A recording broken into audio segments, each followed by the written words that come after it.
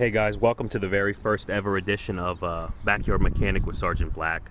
And what we're going to do today is we're going to talk about replacing a crankshaft position sensor on a Mercedes. This is a 1999 E320. And the reason I'm making this video is because this turned out to be a much bigger pain in the ass than I thought it was going to be. I took about 5-6 trips in the house for different tools until I was finally able to get the damn thing out. And even when I did, it turns out my replacement part doesn't fit. So I thought I'd make this video, explain some of these issues I had, and maybe this will save someone else a real pain in the ass if they're trying to do this themselves later. But first thing you're going to want to do is determine, do you even want to do this? What'll happen with the bad crankshaft position sensor is, you'll be driving somewhere, you'll park, you'll go in the store, you come back out, your car won't start.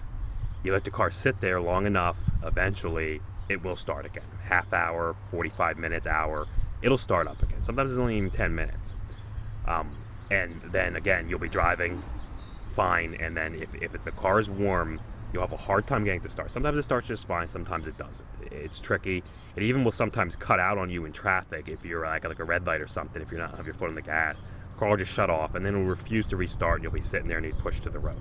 But the thing is, it will always eventually restart. It just takes time for the car to cool down. And when you're trying to start it, it's not a weak battery. The engine's cranking. You hear it cranking, like trying to start. The starter's working. It's just that crankshaft position sensor just will not let the car start.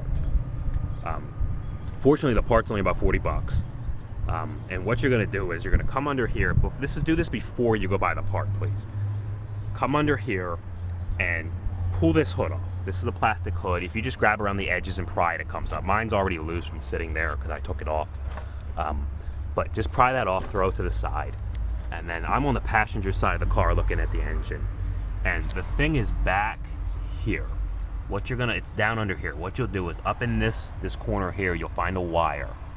And it's really the only wire coming out of there that looks like a small, thin electrical wire like this. There's other bigger wires taped and stuff, but it looks like this.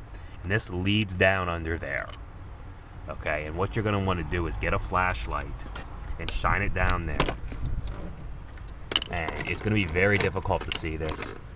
I could barely get my hand in there, let alone a camera. But this piece where I'm shining my flashlight at, right here, this metal piece, it's on there. That's where this thing goes. You'll follow the wire and you'll see it. And there's going to be, the end of the wire is like an electrical clip like this, and this is attached. And the first thing you're going to look for is, do you have 2 tabs or 1? This has 2 tabs. See where my 2 fingers are? I'm squeezing them together. There's a tab, and my camera doesn't focus very well up close. I apologize for that, but there's 1 tab and 1 tab on each side. This is a 2 tab. Some of them only have 1 tab back here where I'm hitting my finger. Mine has 2 tabs on the side. If you have a 2 tab version, you need to order a 2 tab replacement. If you have a 1 tab version, you need to order a 1 tab replacement. They generally don't say that in any descriptions of stuff when you're looking at these things, and it's not something you would know until you pull it out. But the part number on the 2 tab, that ends in 141 or 142.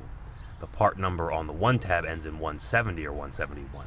What I'm going to do in the description, I'll post a link to Amazon to each of these parts, and I'll post the part number so you can know which one's the 1 tab and which one's the 2 tab. Don't get confused with 2 pin. They're all 2 pin.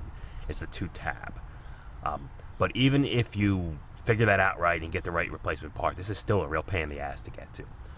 The problem is, the way you remove this 2 tab is you just simply grab these 2 tabs and push them in, squeeze them in, and then pull up, and it comes off. It's simple.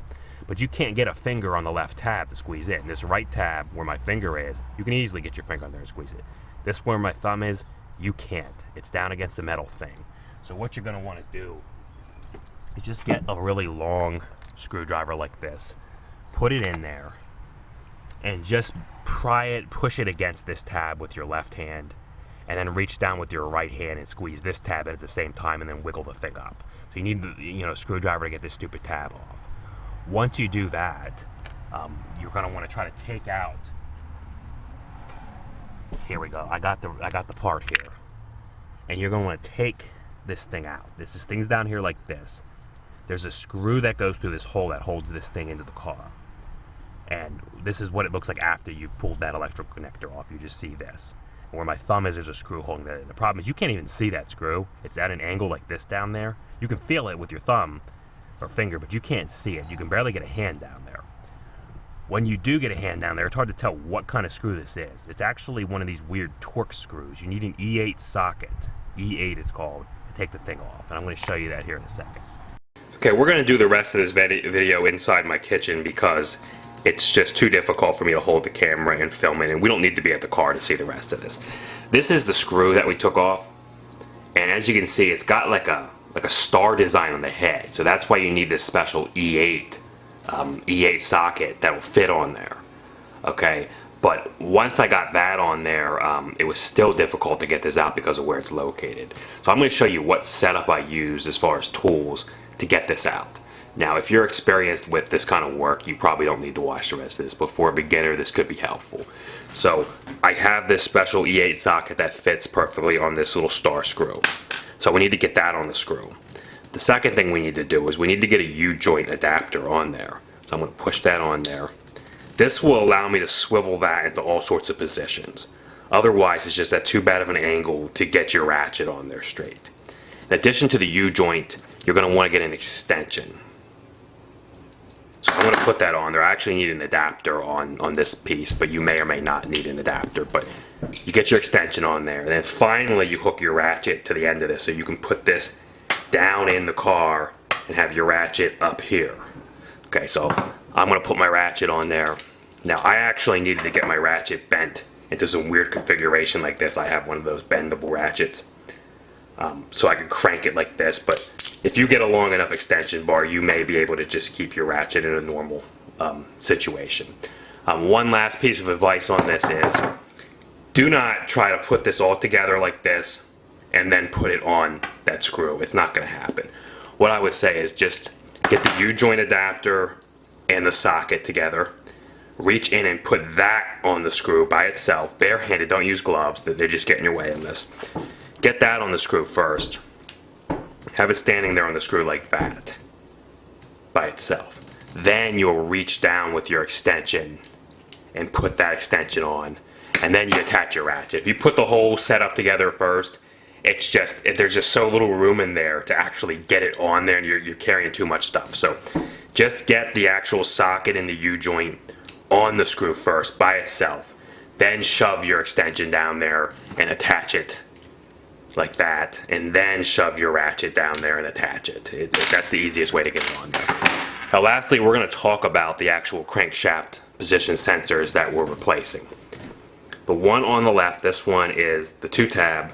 The one on the right is the 1-tab. And as you see, this one has a tab on each side, these 2 tabs. This one has no tabs on the side. It has a tab on the back though. And right here you see there's a tab on the back. This one has 2 tabs on the sides. So it's important to figure out which one you have because they are not interchangeable. Your electrical connector will not fit back over if you try to use the wrong one. Believe me, I tried it, but I'm going to have to return this 1 tab and get the 2 tab I need. So the 2 tab has these notches right here and right here on the side. The 1 tab just simply has a notch on the back, which is this one.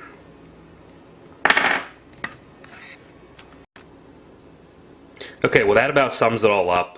Again, I apologize I didn't actually film myself doing this repair, but trust me, if you're in front of the car working on this, you'll know what I'm talking about on this video. You don't need to see me actually trying to fight a ratchet and socket down into this hole where it's dark and I can't get the camera anyways.